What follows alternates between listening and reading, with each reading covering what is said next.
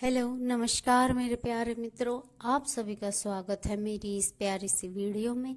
तो आज हम बात करने जा रहे हैं प्रदोष व्रत के बारे में।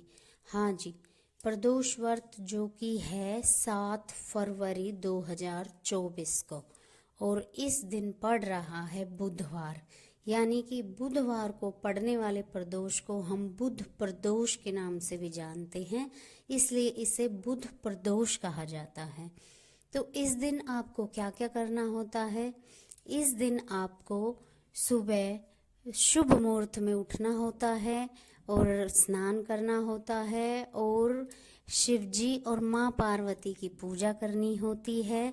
और अगर आप मंदिर जा सकते हैं तो बहुत अच्छी बात है, आप वहाँ जाकर शिवलिंग को जल अर्पण कर सकते हैं। शिवलिंग पे आप हरे मूंग की साबुत जो दाल होती है वो अवश्य चढ़ाएं, और आप शिवलिंग पर बेलपत्र चढ़ा सकते हैं, क्योंकि शिव जी भगवान को ये सब प्रिय वस्तु हैं। आप सभी को पता है, जैसे कि भांग, धतूरा, बेलपत्र, शहद, गन्ने का रस, ये सारी चीज़ें भोले बाबा को अति प्रिय हैं। तो आप ये सब उनको चढ़ा सकते हैं, अर्पित कर सकते हैं। और अगर आप उनको सिंपल मीठा जल चढ़ाना चाहते हैं तो वो भी आप चढ़ा सकते हैं। और जल में आप थोड़े से काले तिल मिलाकर उन्हें अगर स्नान करवा सकते हैं तो वो भी बहुत बढ़िया है। जैसे आपकी इच्छा, जो आप करना चाहें। भोले बाबा तो भोले हैं, आपको पता ही है, वो सब स्वीकार कर लेते हैं। और इस व्रत में एक समय दोपहर में आप फलाहार ले सकते हैं, दूध, लस्सी, कुछ भी ले सकते हैं, चाय पी सकते हैं, कोई फल खा सकते हैं, क्योंकि ये एक सिंपल व्रत है। और जब प्रदोष काल आता है, यानी कि शाम के समय, शाम का समय इसमें बेहद खास है, क्योंकि प्रदोष काल उसी को कहते हैं जब प्रदोष का समय होता है। और उसी में शिव बाबा और पूरे परिवार की आपको पूजा करनी होती है।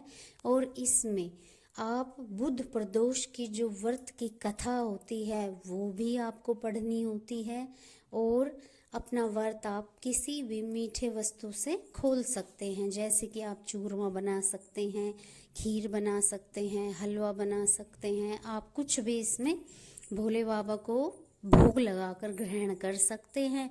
लेकिन अगर जो इस व्रत को फल आहार करना चाहता है, कि मतलब वो भोजन नहीं लेना चाहता, चाहे वो मीठा ही हो, तो आप इसमें फल आहार भी ले सकते हैं। इसको आप बिना उसके अन्न के भी कर सकते हैं।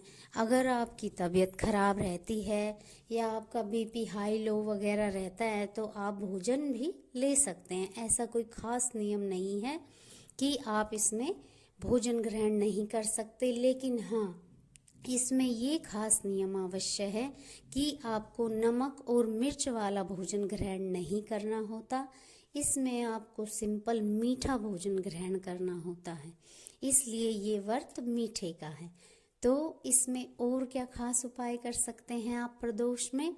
प्रदोष के व्रत में आप किसी से भी वाद विवाद ना करें, कोई झूठ बोलने से बचें, और किसी से मतलब ईर्ष्या करने से बचें। इसमें आपको सात्विक रहना है, ना उठना है जल्दी, स्नान ध्यान करना है, और बहुत अच्छे से सारे काम करने हैं। और आपको मंदिर भी जाना है। और अगर यदि आप ना जा पाए तो कोई बात नहीं, जैसे कि अगर आपकी तबीयत खराब है या कोई और विशेष कार्य है तो आप इसको घर पर भी पूर्ण कर सकते हैं। लेकिन शिव बाबा के सामने एक घी का दिया जलाना है, उनके सामने बुध प्रदोष की व्रत कथा सुनानी है, उनको भोग लगाना है, और इस तरह आप अपना व्रत पूर्ण कर सकते हैं। और आप गौ माता को भी उस दिन हरी मूंग पानी में भिगोकर, जो साबुत मूंग होती है, आप वो गौ माता को भी खिला सकते हैं, या सिंपल रोटी भी आप गौ माता को खिला सकते हैं। क्योंकि आपको पता है गौ माता में बहुत सारे देवी देवताओं का वास होता है, इसलिए आप गौ माता को बिल्कुल ना भूलें और उनका भी आशीर्वाद लें। इससे आपको भोले बाबा और माँ पार्वती का खास आशीर्वाद मिलता है। क्योंकि आपको पता है गौ माता सनातन धर्म में माता के समान है, एक भगवान के समान है, इसलिए आप उन्हें भी अवश्य पानी पिलाएं या कुछ खिलाएं, या कोई गाय की जो खिलाने की वस्तु होती है वो खिलाएं। आप मतलब कुछ भी कर सकते हैं, इससे बहुत अच्छा होगा आपका व्रत। तो चलिए, ये थी विधि पूरे प्रदोष व्रत की। तो आप अच्छे रहिए, स्वस्थ रहिए, मस्त रहिए और भोले बाबा की पूजा करते रहिए। और इसमें आपको बुध प्रदोष व्रत कथा भी अवश्य सुननी है। तो चलिए, धन्यवाद। लाइक करें, शेयर करें, सब्सक्राइब करें।